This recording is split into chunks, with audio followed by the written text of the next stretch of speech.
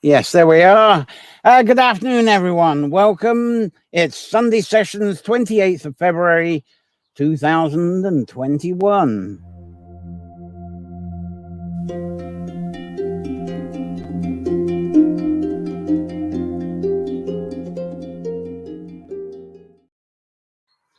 Well, thank you again for joining me for our weekly time of exploring nature-centered folklore, connecting this to your favorite sanctuary space. I'm outside here in the tree labyrinth. It was sunny until a few minutes ago, but the forecast now is for it to remain cloudy through this show. So I hope I don't get all chilly like I did last week, because I haven't got Claire to bring out a blanket, but I got a coat with me should it go bad. Anyway, in your sanctuary, time for expressing your inspired visions through your poetry, writing, art, craft, performance, and problem solving. Now, today's Sunday session is one of our suite of Ogham sessions, because Ogham is split up into 5 Sunday sessions now. And this time it's Ogham, the tree language story. And this is exploring our forgotten connections to ancient arboreal foundation languages. There's no live guest today, unfortunately, because the ones that were going to come on, that were invited, they couldn't make it today. So I trust you'll enjoy my company.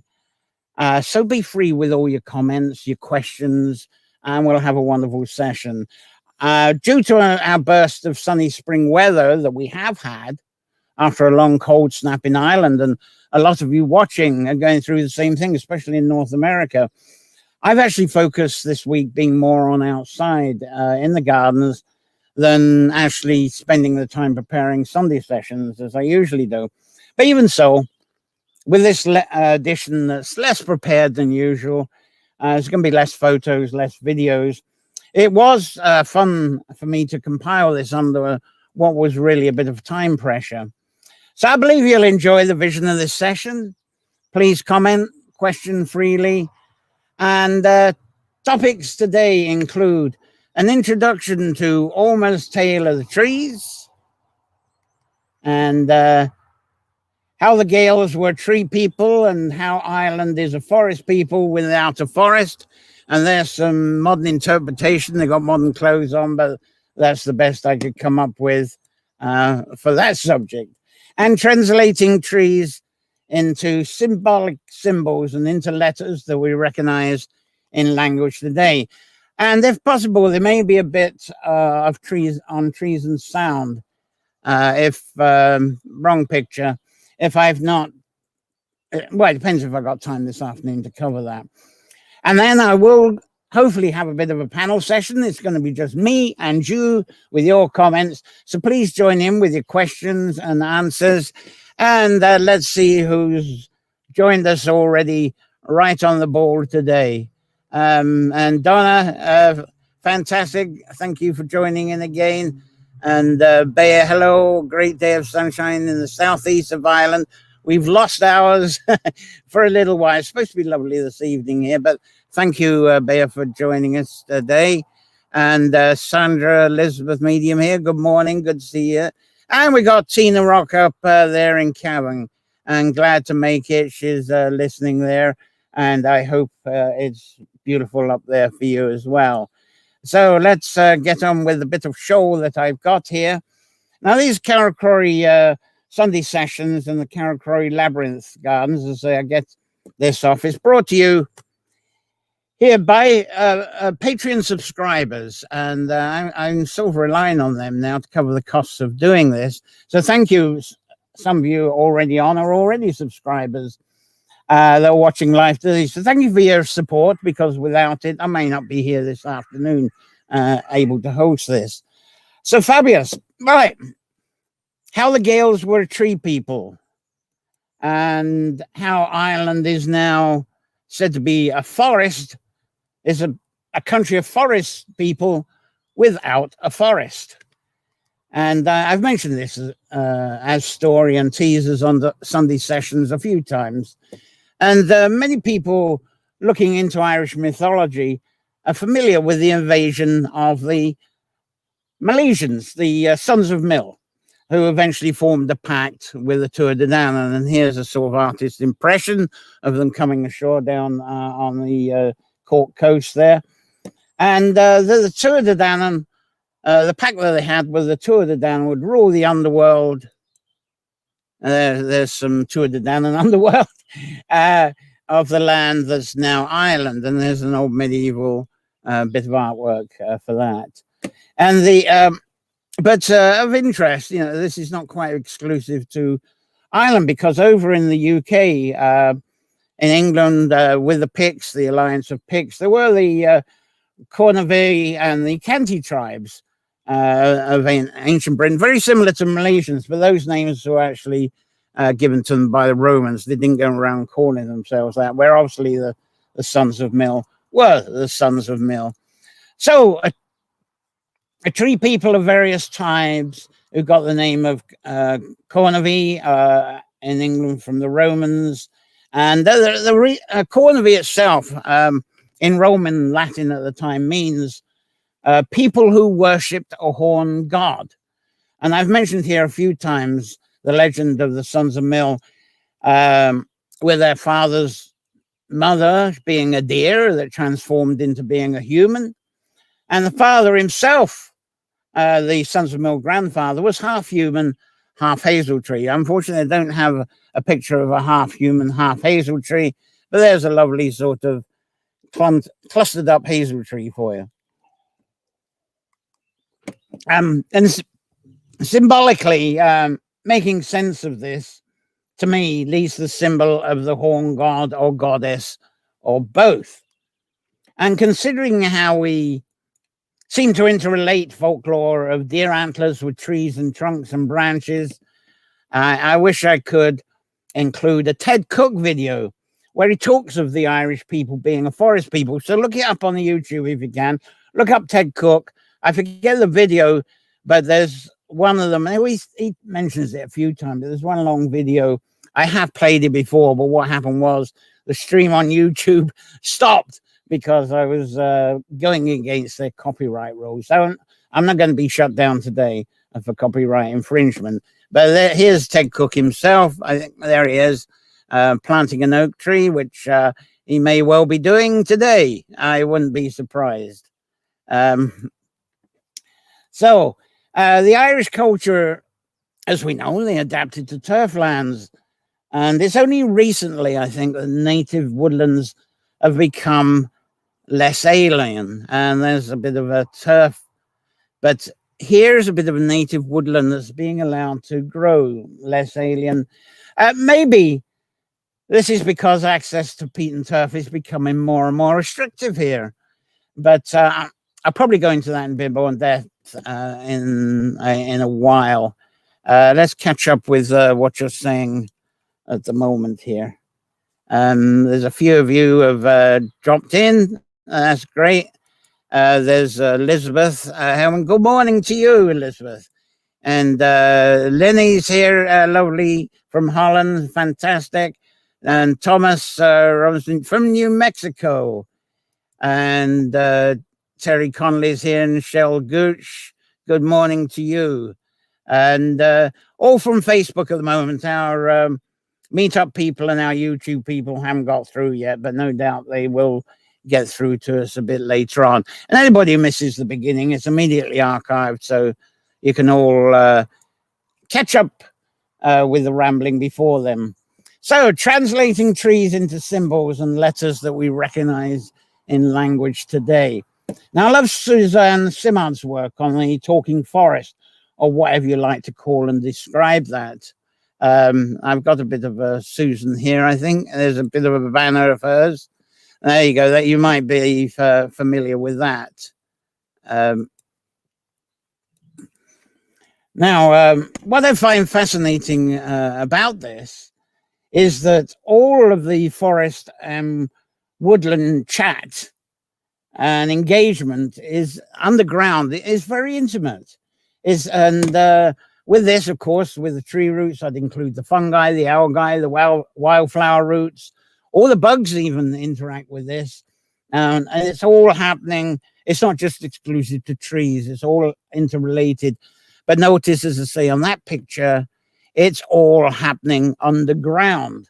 And that's something that doesn't seem to be spoken of that strongly, because once life is above ground, it seems to become hugely competitive for the light.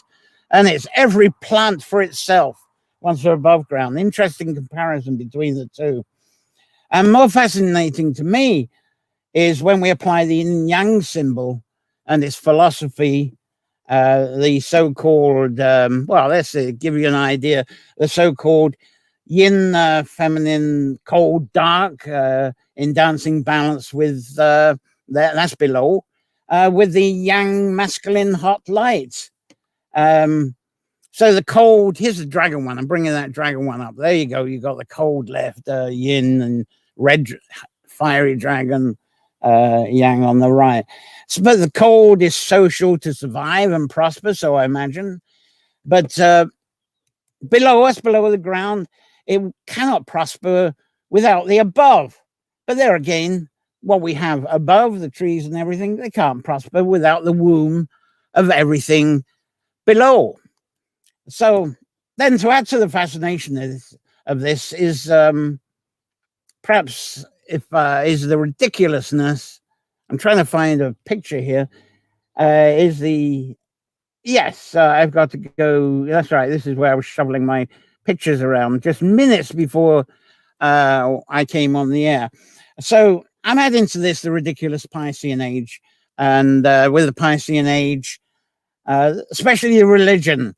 The domination of religion that I hope we are actually learning to crawl out of.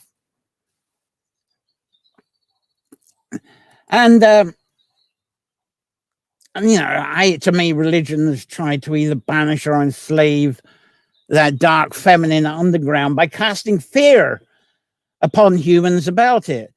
And underground symbolism, we saw the dragons there on the talk about serpents, the worm, which is a UK story, talked about those things. And all of these are the life generators, the life, well, we know what the worms are underground. They regenerate and take away the rubbish, the debris, and create new fertility. But with this Piscean age of religion, all this stuff going underground came out as fake manifestations of the devil, pestilence and diseasing serpents, and even witches to be burned by fire, bringing on the fear of the sex and the womb, in my mind. Now, the intimacy there underground to me is actually the source of our wisdom. And here's, I love this underground picture. There you go. There's the source of our wisdom. But as humans, we can add warmth and fire to that to encourage it and not banish it. And I believe this is the age that we seem to be moving into, which is fabulous. And I will welcome your views and comments about this in the live or even in the archive if you're watching later. So to move on, Katie Holton. You may well have heard of her. She was going to be one of our guests, but unfortunately she can't make it today. So for a start, we'll give a picture of her. There she is, by crying the fallen tree, which is very symbolic. Actually, she's not responsible for fallen trees, but it's to do with her art. And Katie is a gifted artist for RD in Laos, but she's living in New York now, and she's trying to return to Ireland. She kind of went out there as part of an exhibition, got stuck there with the COVID, and she's trying to get back to Ireland. She wants to base herself in Sligo for a while. Now, one of our art projects, and this is why I wanted her as a guest, has been the Irish tree alphabet. And this is where she has reinterpreted Ogham into a modern language interpretation. But she's also reminded us that we often have forgotten about the core and roots of what inspired the ancient Ogham symbolism in the first place in ancient times. But as Katie is not here, I'm going to borrow some of her content, mix it with some of my own that I shared with you last year. And later on, I haven't been able to put it into the banners at the moment, but later on, I'll add links to Katie's work and in the comments so you can follow up, because it's remarkable stuff. She certainly inspired me, and it is a pity that we can't get her live this time. But in another session, hopefully we will. But Katie did start her Irish tree alphabet exhibition, I believe, and you Leitrim people might be able to confirm this, in the Leitrim Sculpture Centre. This was during a couple of years ago, 2019. And then she had a full-blown exhibition at the Visual Arts Centre in Carlow, and this was from July until October last year. But that obviously struggled due to the COVID restrictions and finally had to close down in October. Now, I invited Katie to be live with us a couple of times, but somehow each time something's got in the way. One day we'll get her. But Katie was briefly on the Tree Festival, if anybody was watching that, hosted online at the Dock just before Christmas. But to me, Katie didn't seem to really cover much about the grounding of the work, which I find is a huge inspiration. So I hope you don't mind me having a go at Katie's approach, as I interpret it, in her absence. Now, Katie said that she was inspired to create her Irish tree alphabet art set from ideas seated and rooted within James Joyce's Ulysses. Now, if you're familiar with Ulysses, and I must admit I haven't read it as deeply as I should, but there is a fantasy tree wedding ceremony where humans and trees entwine and merge to celebrate the wedding of Miss Fir Conifer of Pine Valley and John Weiss de Newland, the Grand Chief Ranger of the Irish National Foresters. Now, unfortunately, we don't have a Miss Fir Conifer as a conifer. This is an old picture that's taken from some theatrical. And so Miss Fir Conifer is quite human there. But anyway, that gives you a sort of idea what's going on there. Now, the wedding guests to that wedding, they were human tree hybrids. And to Katie, she thought about this, and then this inspired the idea and passion of the human and trees entwinement. We know about tree hugging, but as I say, I'm in the right in the core. There's no leaves yet. They're starting to bud of this willow cairn. The hazel is starting to come out in leaf and various things. So there's that passion of entwinement when you're in the tree labyrinth here. And she got a feeling that this enabled a symbiotic relationship with the land. And with a symbiotic, she imagined with a symbiotic relationship that ourselves and the trees all come together, just like in that Ulysses wedding. And also just like the mythological grandfather of the Sons of Mill that was half human, half hazel in mythology. Now, there's been a sad, false, anger-provoking mythology that has amplified during the past 20 years. This is amplified exponentially through the online social media for the last 20 years. So I'd like to straighten this up a bit until I go more onto the language of the Ogham. And this sort of urban myth that spreads wildly, and it's an angry myth in a way, is that Oliver Cromwell came to Ireland, felled all the trees of Ireland, and only the elite states have grown trees ever since. And the elite estates, their woodlands and forests, are dangerous places to go. Well, Katie beautifully points out that Ireland has been long represented as a fertile woman with flowing hair, Aereo or Era. I haven't got her with the green hair, but I've got something here, if I can find it amongst my pictures here. I had a lovely, there she is. There we go. No, she is. Yes, she is. There we go. So that's Ariel, but not with green hair. But she imagined the hair being the forest covering most of the island that's now called Ireland during the last ice age. You get a bit of a storm and a gale, and there you got the flowing hair. And this is the sort of thing she was imagining. But once Mesolithic, tongue-tied Mesolithic hunter-gatherers arrived, the human culture that was here and its ego, I suppose, expressed itself out of nature to create new landscapes, and they started chopping Aereo's curls. Now, Ireland's forest ecosystem gradually declined as immigrant Neolithic, then the megalithic people, so pig-like people, as I've talked in the past, And they started clearing the land for farming. Naturally, they did start high ground and they came down, but they were clearing all the same, chopping the curls. And this process accelerated during the Iron Age rapidly because the forest wood was then needed for charcoal to create iron. And iron was becoming more important. If you go to the Celtic Prehistoric Museum at Ventry down in Kerry, you'll see as he takes you through the museum, you go through the stone, you go through the copper, and you go through the Bronze Age. Everything there are tools for agriculture and for farming. But once you get to the Iron Age, it seems the farming tools are in the minority, and it all becomes weapons of war, which is intriguing. And then, of course, the Vikings came along and they took the oaks and the ash for building their ships. And when the Normans came, there was already quite a lot of the forest gone, and they tried to replenish this and replenish the lost forest by bringing in sycamore because it's hardy wood and grew a lot faster than replacement oaks and ash. And then later, as a reward for assisting the Irish fight back the English, which the Spanish did, so in reward of that, the Spanish took most of the remaining oaks of the west of Ireland for their navy. So eventually, when Cromwell arrived to grab oaks for expanding the British Royal Navy, there wasn't much left. So he actually introduced growing beech trees to Ireland, though they never really took off as a mass forestry would in Ireland. But there are some beautiful modern mature beech forests here. They're not from Cromwell's time, they're more recent.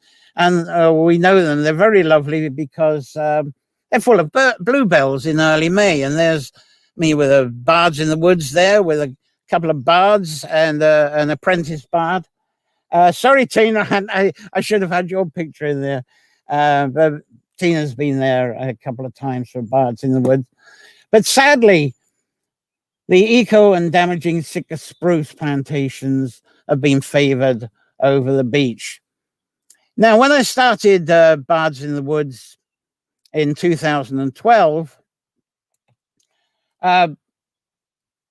this was to encourage more people into the woods to enjoy picnics there and be encouraged to share poetry there too.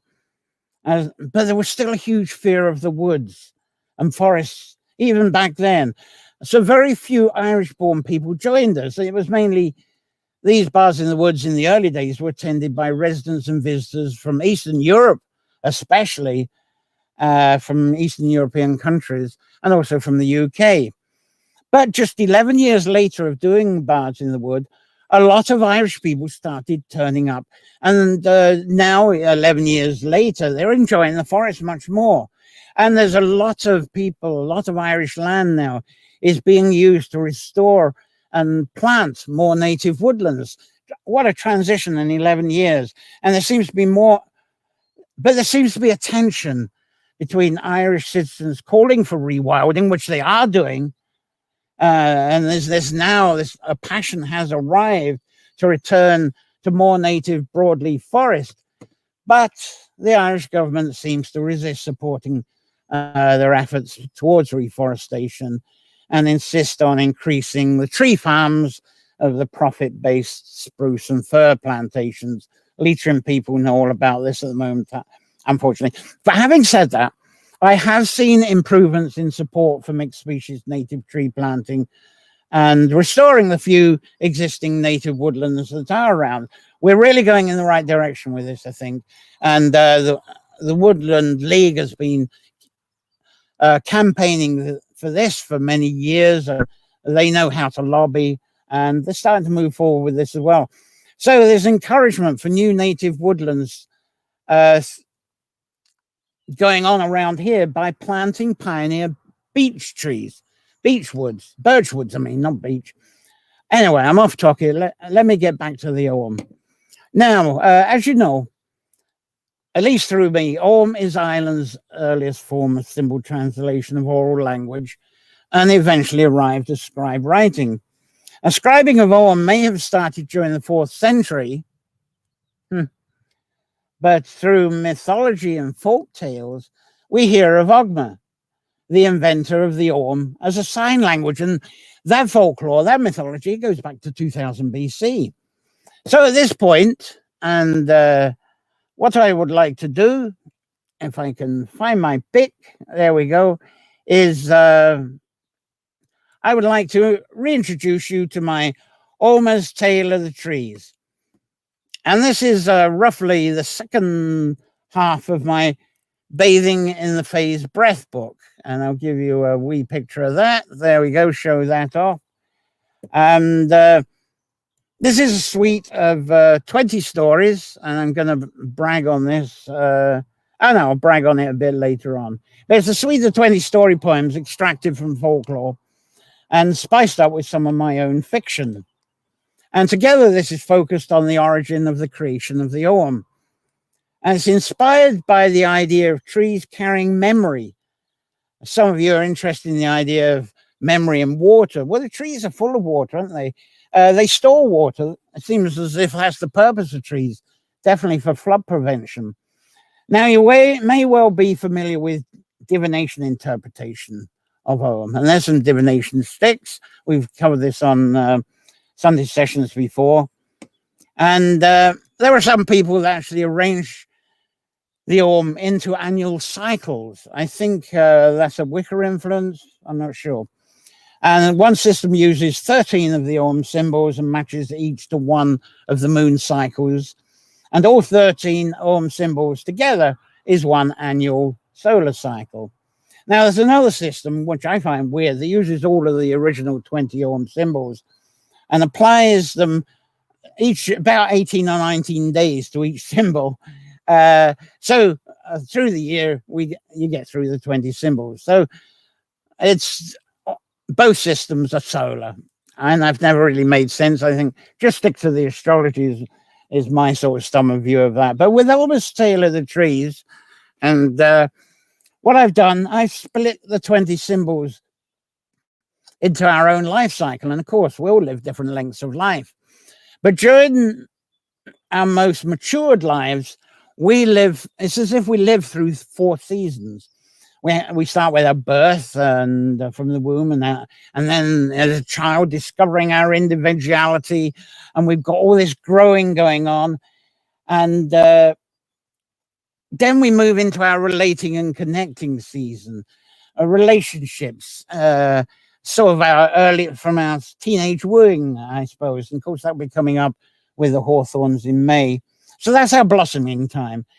And then we move on, we mature into, from our relationships and our unity, into accomplishments with other humans, with other life. And this becomes our fruiting and harvesting time. And then we move in, like myself, I suppose, into our maturity time, where our harvests of life are gathered. There's still more going on, but we've got great harvests. We're into a period, I suppose, of divinity, and it becomes a bit of a mentoring time. So all these 4 seasons of life, there's 20 Ogham symbols, 5 Ogham symbols to each season. And so each of the symbols, they kind of play like 5 notes of the Ogham. And 5 notes is pentatonic. Pentatonic scale is the scale of ancients. They're ancient chants, and the call and response chanting, especially I suppose, Negro spirituals, for one, and Persian chants, same thing. It's very ancient, it's pentatonic, and we relate to it and we connect to it, I think, more than the sort of Greek scales that we play music with. Anyway, if you don't mind, I would like to share a couple with you now. They're not my most humorous ones from the set, and not even my favorite, but they seem fitting for this time. So first, I'm going to start off with New in the Ash. And there's New in the Ash. That's the symbol, beautifully done there. And here's my rugged copy, well used, of the Bathing in the Phrase Breath. And this is New in the Ash. And someone might relate to it. It's like the transition from wonder and even disappointment of our individuality as it flows into the unity of connection and relating. In a way, it's like coming out of the winter into this lovely sunshine and what we got, as I say, what I got here, and when we go off to the woods, because we are locked down, which is unfortunate. So this is like lockdown. We're really challenged. How do we get back home with others? How do we connect? So this is really what the theme is of Nuin the Ash here. So it's a sort of turbulent journey from the ego into feeling at home amongst others and amongst other life. So here we go. And this is going to be followed by a video filmed by an audience member at the cottage, Carrowcroy Cottage here. So here we go. Nuin the Ash. We yearn for sacred circles, circles where nothing harms us when we enter them. Sanctuary circles where within them there's no more bias, no more conflict, and no more demands to take more from us. Forgiveness is the way, speaks Nuin the Ash. A sailor of the sea, tormented by unpredictable swelling seas and unpredictable calmness of the seas. A sailor of life nourished with fear that has constipated his whole being, became a castaway from his sunken temple ship, sunken outside of where the ash tree circled, swelling throughout his body of fluids, fire, excrement, and wind, not knowing where to flow for calm. Swellings exposing his flag of his singular priesthood of damnation for the offered gift of guided destiny. Circling the ash trees, no matter where he was, they were pointing, pointing, pointing, and his swellings were swirling, swirling, swirling. The castaways circled and circled outside of the circle of Nuins, the ashes. But as he circled, his weakness made him slower and slower. And the slower he moved, a sweetness, a fragrance teased him. A fragrance of sweetness that became stronger the slower he moved, beckoning him to enter the circle, to feed, be nourished, and be at home. So that was Nuin the Ash. And the second one, I'm not going to read. As I say, we had Ian, trying to think, shouldn't be brain dead, I should remember. Anyway, Ian, we'll say hello, Ian, if you're watching. I was doing Go at the Ivy, which is all about trust. And the image used is the perception of ivy being a clinging plant, depending on other plants to survive. And yet it's got its own roots and survival system. And it's often actually a support to what it clings to. So Go at the Ivy is trust in who we are and what we become. So here's the video that was taken by Ian, who's got a last name I've forgotten. And this has actually got a bit of Claire with it too. So I trust you will enjoy this.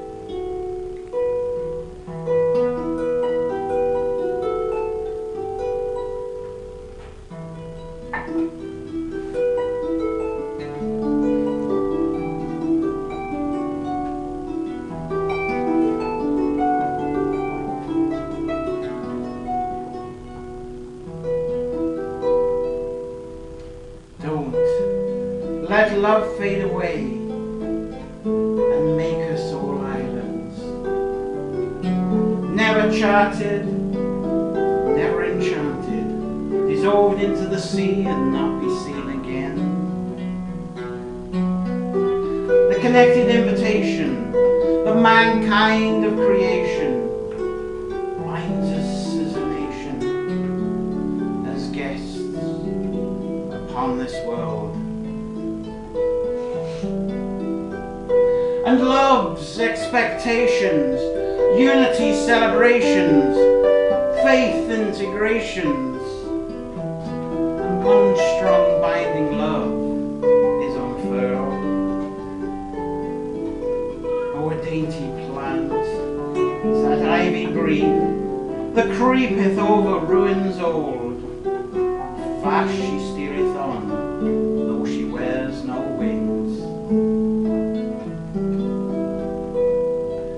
a staunch old heart is she, how closely she twinneth, how tight she clings, sharing love with any willing tree. And whole ages have fled, their works decayed, and nations have scattered been, but that stout old ivy shall never fade. From the hail and its hearty green, binding together as king and queen, oh, it is a plant of unity, is that ivy green. There's a lot of things we may bond with, a lot of things that may pull us back down, maybe tears, maybe pain, and stops our world till we get it spinning again.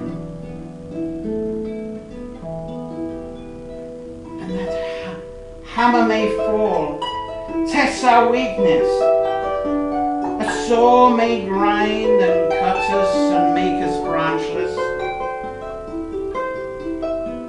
But together, there's always that power to heal. From cold stone to green leaves of warm field, creeping on where time has been, is a rare old plant, that ivy green. Well done. That's from Owen's Tale of the Trees.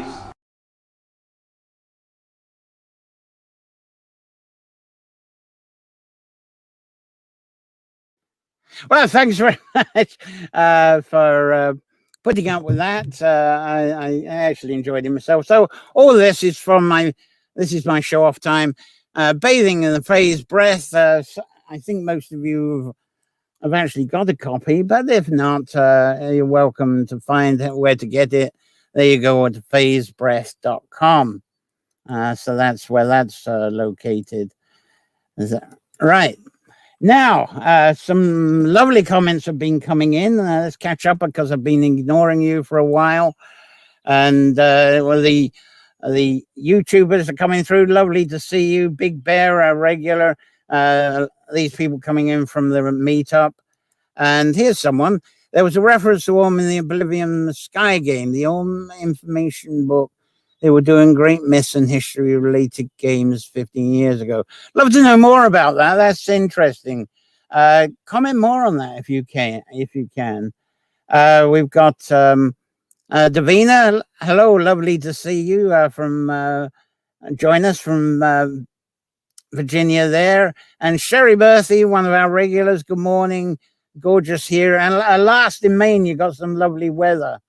And I hope, Davina, you've got lovely weather where you are as well. And you're right in the forest there, by the forest. Willow from Ontario, love trees and tree magic. You'd have to be in Ontario, I think. I grew my own little oak tree and it from an acorn. So many years old now. Great. Find a nice place to plant this spring. Brilliant. That's what we're doing, tree planting, I think, next week. So there, see if you can join in. Give us a video of your tree planting if you're doing it next week there, Wendy. That would be fabulous. And Kimmy's here. Damien, good morning to you. Great. Claire's here. Great reception. And you saw Claire a little while ago. Great. Elizabeth, you're all joining in now. Good morning, DC. Elizabeth Hellman, Lenny, we've mentioned. There's a few of you I haven't mentioned yet, because there's a lot going on from you, which is wonderful. Tammy from the East Coast, very good. And I was lost and found in Tree Line. Yes, I wish one day we'll get your poems on here, Tina. I seem to have a conflict getting decent videos. Tina's an absolutely gorgeous poet. We're going to have to get her involved at some point. And Donna loved that. And Joey. And very nice Ash here from Thomas. And Sandra, thank you. So thank you, more people. Nice to see the YouTube people, the meetup people through here. So let's press on. And We've got some lovely stuff to get on. So let's get back to a bit more simplicity now for today. Now, Ogham is affectionately called a tree alphabet. And what I would like to focus on now, and what seems to be the motivation for Katie Holton's art, is that the Ogham ancient alphabet was and is written and read from the roots up. And this is one of Katie's illustrations of the Ogham, which I think is lovely. It hasn't got the perfection sort of 90-degree stuff that we see. And each Ogham symbol character has branches. Let's keep that up. They have branches that sprout horizontally from a central line, like branches sprouting from the trunks of a tree. And you're reading this from the ground up, and I think that's beautiful. So here with Ogham, we have a language created in the image of living matter, the living matter being the growing trees. As all Ogham symbols are joined together as they are written and read from the top of the roots, where the ground level is, and then up towards the sky there. It's just like the trees growing, isn't it? And that's how it's read. I love that part of Ogham. That's what it's about. Now, in the Book of Ballymote, scribed in the 14th century, this is often, for scholars, the main reference to the existence of Ogham. And I've shown this before, but there's something quite significant there, because this has corrupted the Ogham through featuring the Ogham symbols. Look at that. They've been scribed horizontally, because by 14th century, the scribes were cultured into writing from left to right. Well, the scribes here, obviously in Persia and that way, they were going from right to left. But here, the scribes left to right. And they were certainly not doing ground to sky. The Chinese and Japanese were going ground to sky. And other cultures, and maybe in African cultures too, they were doing that. But many of us relate to Ogham not as a scribed language, but as inscriptions scratched into the cornerstones of the Ogham stones. So let's bring that to that, because that's what I think most of you are more familiar with. And most of us know these much more than we know about the Book of Ballymote. For some of you listening, you might never have heard. If you haven't been a regular Sunday session person, you may never have heard about the Book of Ballymote in association to Ogham. So Ogham inscriptions may have been carved on trees to start with, but they would have been long gone. So the stones is what we got. So the fact that we haven't got those original tree carvings takes away our potential understanding of what the true language of Ogham is, what the true story of the Ogham tree language is. Now, some of us try to interpret this through clairvoyant divination practice, and we use something like this, the Ogham divination sticks I've covered before. And to me, this is quite similar to people using the I Ching yarrow stalks, using the yarrow stalks to interpret the I Ching. And I think we reach for divination Ogham to try and clarify, because it's as if we carry a sense of Ogham that's deep in our psychic memories.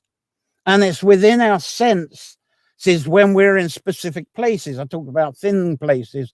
I think it was last week, wasn't it? So we sense them. I certainly sense them. We think, where do we get this from? Because it seems that no child is actually taught Ogham at school. Were you taught Ogham at school? Well, in the west of Scotland, and certainly the Hebridean Islands, the primary school children, when they start school, are still taught the alphabet of the Gaelic, the old Gaelic language, through reciting the 18 letters of the language's trees. And here's a bit of a table that they follow. It does go in the sort of ABCD thing, not the Ogham sequence.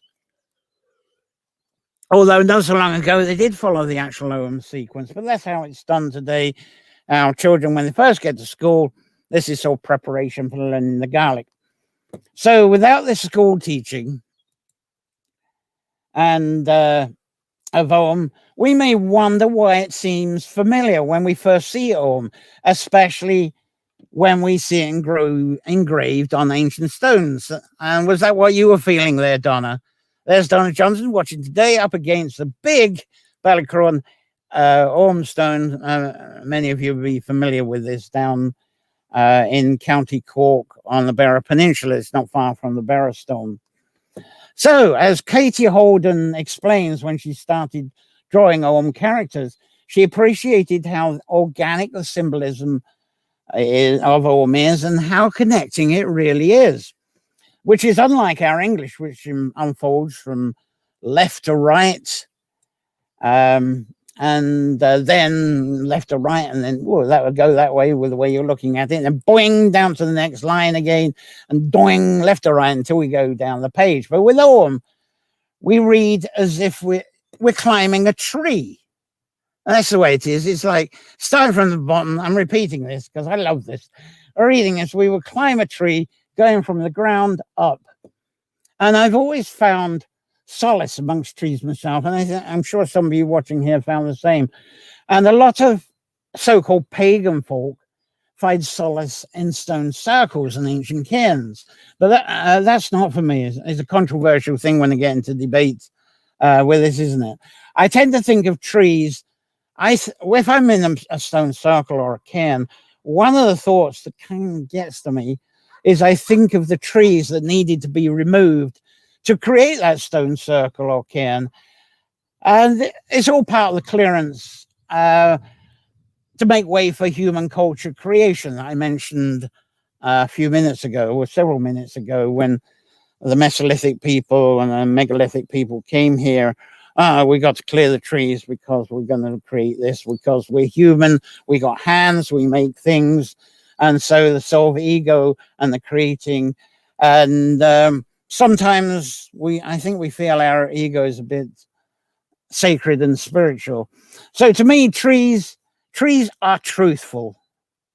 What's that one? There we go. Trees are truthful. They're not human construction. And no matter how beautiful they look, well, let's get back to my train of thought. To me, trees are youthful. And I feel there's no human construction, no matter how beautiful and wondrous they look. And I do love beautiful buildings. I feel they're hiding some deceit and some abuse, like elitism does upon other human beings to create their elitist status. Maybe trees are elitist too, because I mentioned earlier that once one sprouts above the ground, their behavior is very different to the roots. It's very competitive, highly competitive for light. And that includes some suppression of other plants competing for light space. So maybe trees are elitist as well. But I and Katie Holden mentioned scientists like Suzanne Simard, Hope Jaron, Merlin Sheldrake, and they study the underworld. Let's get a bit of underworld here. The underworld communication of languages of plants. And they've clearly shown how trees and plants talk to each other through a medium of networks of fungi. It's the fungi that does the transmissions, especially through sugars. And the buzz name for all this transmission now seems to be, you've probably seen it in memes, Wood Wide Web. Perhaps the most important thing from all this is something that I encourage with visitors here in the tree labyrinth, here in the labyrinth gardens, is that tree language, along with the plant and fungi language, is beyond our notions of logical applications of communication. We learn to read and write, and so we have logical applications. We have logical understandings of words and sentences. But when we lead into nature-based mindfulness, and I will talk more about this again in 2 Sundays' time on the 14th of March, when our Karakuri Sunday sessions will be labyrinth gardens and tree sanctuary creation. And I feel that following our wonder about the language of trees, their understanding, and especially understanding of their underground social networks, and then the competitive drive towards light once they're above, all this to me tends to encourage us and engages us to rethink our relationship with things. I often bring this up in Sunday sessions about how our modern language is focused on things, subjects, objects, And we have adjectives to describe these subjects, objects and things. And the verbs then become second place to all this. But actually, if you consider the existence of verbs, then we call them verbs. And to me, that's like converting the language of actions into things as well. To me, a verb is a thing. It's become a thing. And I think this is something we take for granted. And to actually get behind that concept, it feels like it's not an easy thing. And this is why I'm going to bring in this whole mindfulness scope, trusting in our senses. 2 weeks' time. Anyway, ancient languages seem to be focused on conditions rather than things, like weather changes, season changes, landscape changes, mood changes, moon changes, because we've had this glorious full moon, and that our thoughts and feelings, we don't put that into words. It's there, but there's a language in that. It's tide changes, even personal health changes, and our own trees have memories, and recently we talk a lot more about memories in water. I saw I was flashed off and on. I hope we're still live there. We still we're supposed to have something here monitor, but they haven't put it on. Anyway, if trees have memories, and recently we talk about memories in water, how do we respond, or how do the trees respond when we enter among them with stress? Do they include our stress in their presence? If they do, how can the trees around us turn this around and communicate with us? What can they tell us? And if they can tell us something in response to our stress, will we, or are we able to listen? What happens to us when we know that trees and plants can talk, have a language? And it's a language without words, without sentences, but we pick it up and we sense it. To us, when we sense a place, a space, it's talking to us. So within today's human culture of reading and writing, and sometimes through oral storytellers, these are ways I believe us humans rely on to organize ourselves to make sense of the world. Now, more recently, thanks to social networking, I don't know if it's a good thing or a bad thing, but reading and writing is largely getting replaced with photo taking and video making and presenting these instead of words. It's like what happened when television came along after radio, isn't it? So, through her crafts and mediums of art and some sculpture, but art, Katie Holden wondered if we could translate our modern letters into trees. And I think this is even more beautiful than what I've said. This is her creating an Irish tree alphabet, and in a form of, and these can be used in our modern form of words as a means to reconnect and rejoin ourselves with the world around us. She's kind of done stuff in reverse. There is respect for the ancient Ogham, but she's taken our modern language and turned the trees, and by adding a few more trees, and she's created a new tree language that's evolved out of the old one. And that was the art. And this is what's been on display in Carlo, in visual. So she drew on the family of trees, one for each letter of the modern Latin alphabet. And as you can see, it does include some of the, or many of the Ogham alphabet symbols, the Ogham trees. Now, her exhibited tree alphabet on her is on her website, and I'm going to post links and comments after the show so you can access them. One of the things I love is that she's actually created a typeface. You can install it on your computer as one of your typefaces, and it's called Trees. So you can type away your modern letters, and up comes words with the in lines of trees that Katie has kind of invented, inspired by the alphabet. So I'm going to post a link to those two later. Now, Katie does have a book out about all of this, but the covers she made, they were all hand printed, offset printed, and they're in very limited edition. And I did a Google search before the show, And the best price for a personal copy is €810. So I'm not sure how that translates into your currency with the USA dollars. That would be a lot of money. Anyway, that's kind of concludes my fusion of myself with what Katie has said. So let's look at your latest comments on that. Yeah, I thank you. Reception still, because what happened was on my monitor here, I went blank and I couldn't understand why. So that's why I asked you that. Thank you for saying hiccups now and then. Okay. Reception is in and out, and I noticed. Okay, glad it's still good for you, because I did a speed test before this, and it was actually incredible. It was one of the best we've had outside, 50 megabytes up and down. So it should be good. Shannon, thank you very much. And Sandra, interesting. Bayer's around. So good to learn reading from the ground to the sky. I'm glad you enjoyed that one. Thank you.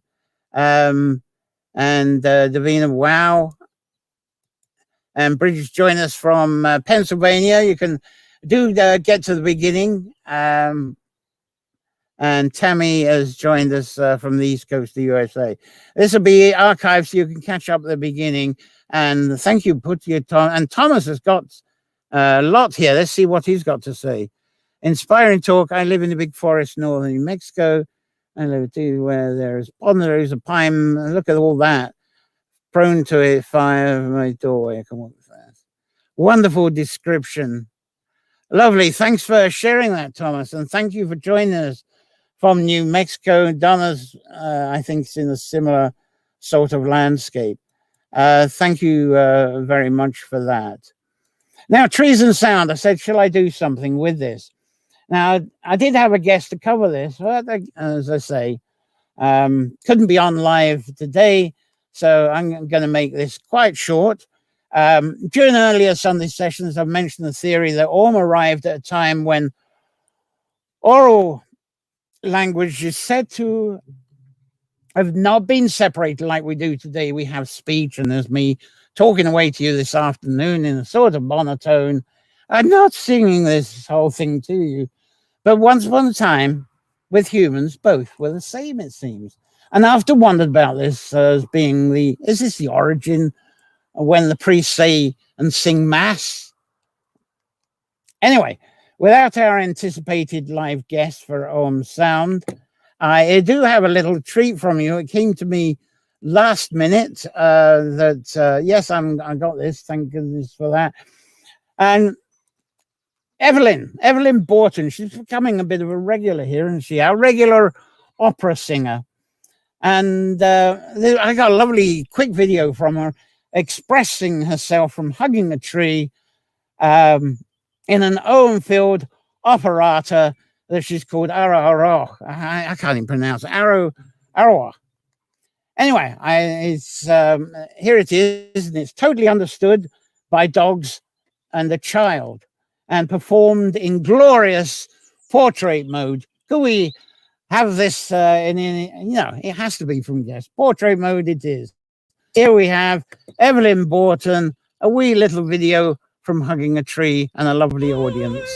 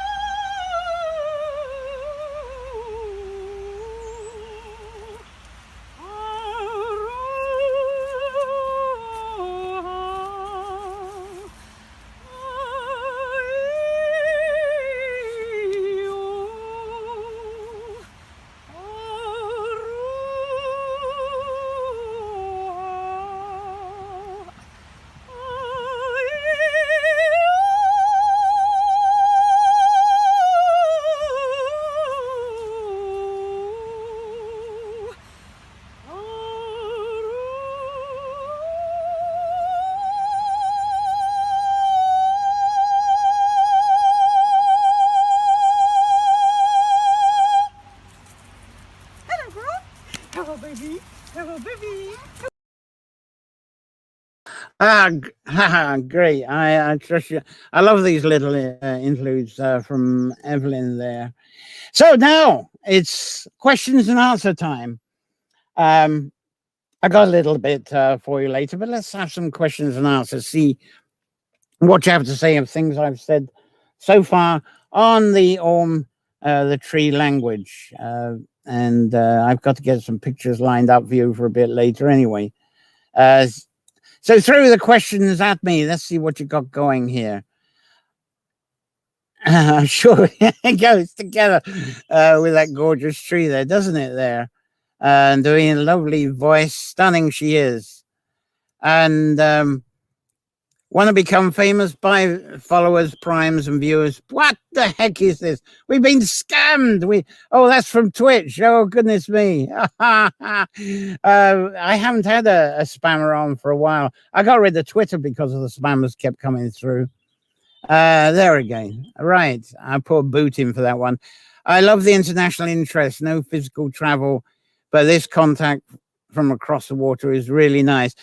Yes, that's certainly a thing I'm in sort of mixed minds with, and it's going to be interesting to see how this is going to be dealt with when everything opens up again, because Sunday sessions started off without all of this gear and online, and people were visiting.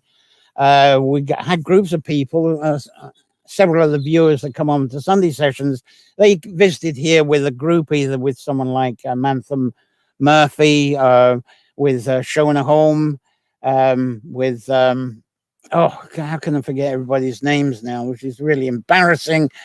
Mara Freeman, and also Davina, who's watching. She brought a lovely group here as well.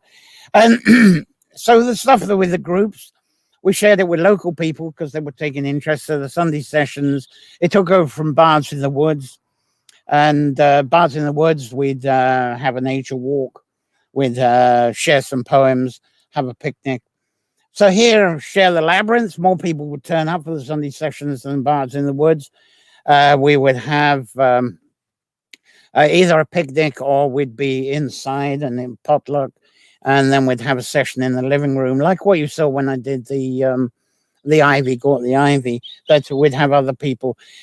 And then with the COVID, boom, I started with a little iPhone.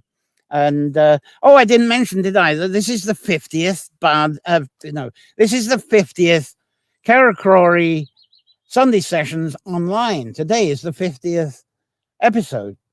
And so in 3 weeks' time, it'll be our birthday. And I started with a little iPhone and just rattling just basic Facebook Live. And then I learned a bit more about streaming, and hopefully every week I learn a bit more about it. So it's become more involved as we got going. But there's going to be a time when the people are going to be back here again. You're all going to be out and about. People are going to be out and about like they are in New Zealand, Australia, Taiwan, and Vietnam. And we're going to have that then. So I've got going to have quite a few thoughts about how to do this and be with the people. So I think we'll still do this from 2 to 3, and then it'll be with the people from 3 onwards and do our usual social time. You never know, some early people will arrive and I can step aside and they can be on live with me here. So we've got exciting stuff to come. But anyway, have you got any more questions, especially about today, the Ogham and the language? Do fire them at me before I kind of cover the rest of the stuff and close and say bye-bye to you. What we got here? It was 50th episode. How about that? And not next week for the birthday. It'd be we got to go. It'll be the 53rd episode, which will be the birthday of the first episode. We've got 3 weeks to go with that one, and I'll talk about when that's going to happen very soon. And Tina, who comes here sometimes, will gather soon, longing for Bards in the Woods. And Tina's got a lovely social place too. So where are you? I mean, yes, conversation going with the New Mexico people. They're lovely. Contacts going on. Fabulous. A new discovery. Greetings from Canada. Hi, Suzanne. As I say, you can We're going into the archive in a few minutes' time, and you can see from the beginning. But thank you for being here.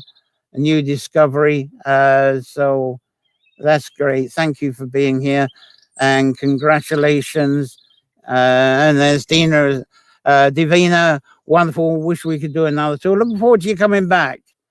And then thanks for showing our group and Amazing Trees in Ireland. Did I show the group? Oh yes. Sorry, I thought you meant a group picture. Thanks, Thomas. I so vaguely remember. Yes, you here, and it's now coming back. And right. So what are you asking here? Small world. I just moved from this is definitely the New Mexico episode, isn't it? And as I say about the cake. Right. As B. Smith joined in, catch up late without planting. Good thing to done. You're in through the YouTube, B. And as in a few minutes, you'll be able to watch from the beginning again, or this evening, and covering what's going. B, our just like Evelyn with the song, B with the poems is a lovely regular, and I look forward to having an excuse to having her back with the poems again. So this has been fabulous. If you've got any more questions, I can finish them off at the end here. But I trust you've enjoyed my presentation, and Evelyn, and also Claire helping me out there with the ivy during this afternoon, and also for Katie Holton, who some of her content I've included, and we'll get her on live, I'm sure, sometime in the future. The next time we do an Ogham, there's 5 a year, as I say. So we're not finished quite yet. Just to say, Karakuri Sessions and the Karakuri Labyrinth Gardens. Again, I'll do the plug, reminding you that this is all been made possible, very possible, thanks to your generosity for being Patreon subscribers. They obviously pay the subscriptions for StreamYard and other toys that I use during these Sunday sessions now. So thank you for that. I'm still coming up with the course. There's so much preparation for the Sunday sessions that the course material is slow, but it's going to get there, because as we repeat some of the subjects, we'll have more guests, more panel time, less preparation from me, and the content from previous years will be into the course. So all of you subscribers will be getting this course free of charge. The She Water and Folklore course, that is. So coming up on Sunday sessions, let's get on to some of that. On the 7th of March, that's the next one, isn't it? In the 7th of March, we're going into some practical stuff.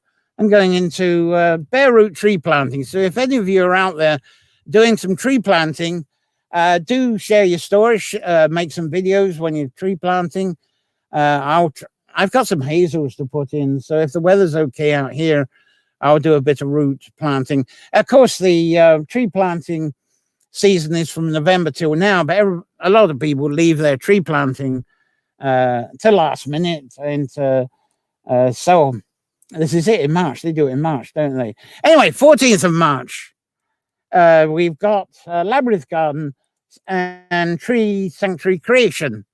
And so I talk about at the beginning that are relaxing in your tree sanctuary. So here's some tips and some practical hands-on.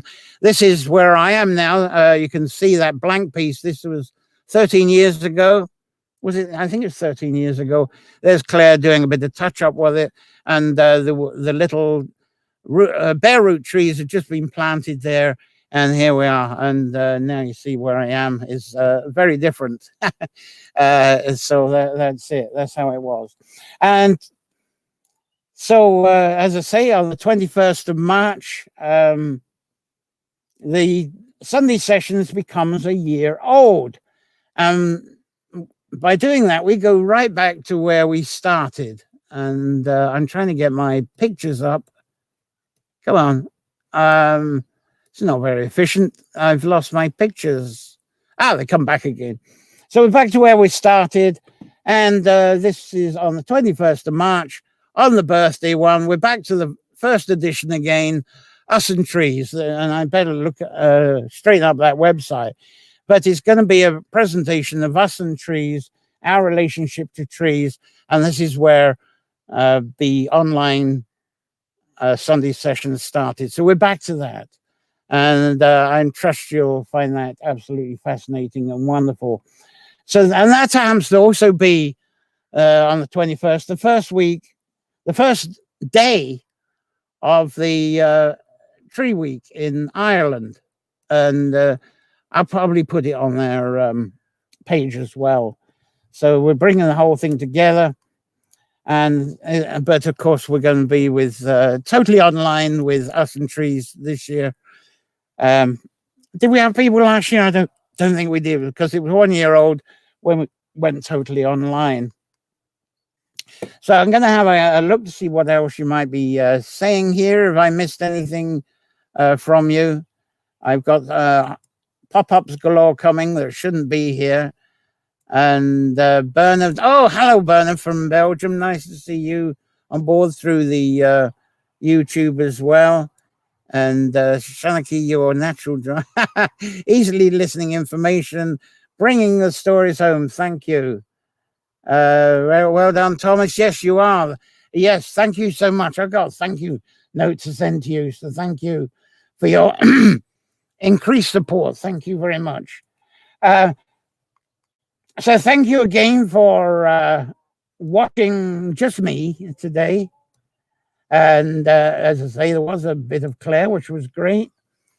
I would like to ask, keep commenting here if you're watching this after it's live, if you're watching the archive, and subscribe and click to the bell icons, which are on YouTube, I know, and I think they're on Facebook. They remind you of details of next Sunday sessions ahead. So thank you for that. Enjoy a safe week, full of wonder, inspirations, lots of sun, I hope, though it's supposed to get quite cold at the end of the week. But this is a time of enchantments. Enjoy your garden, enjoy your woodlands. So until next Sunday, play well. Thank you for joining me. And it's bye.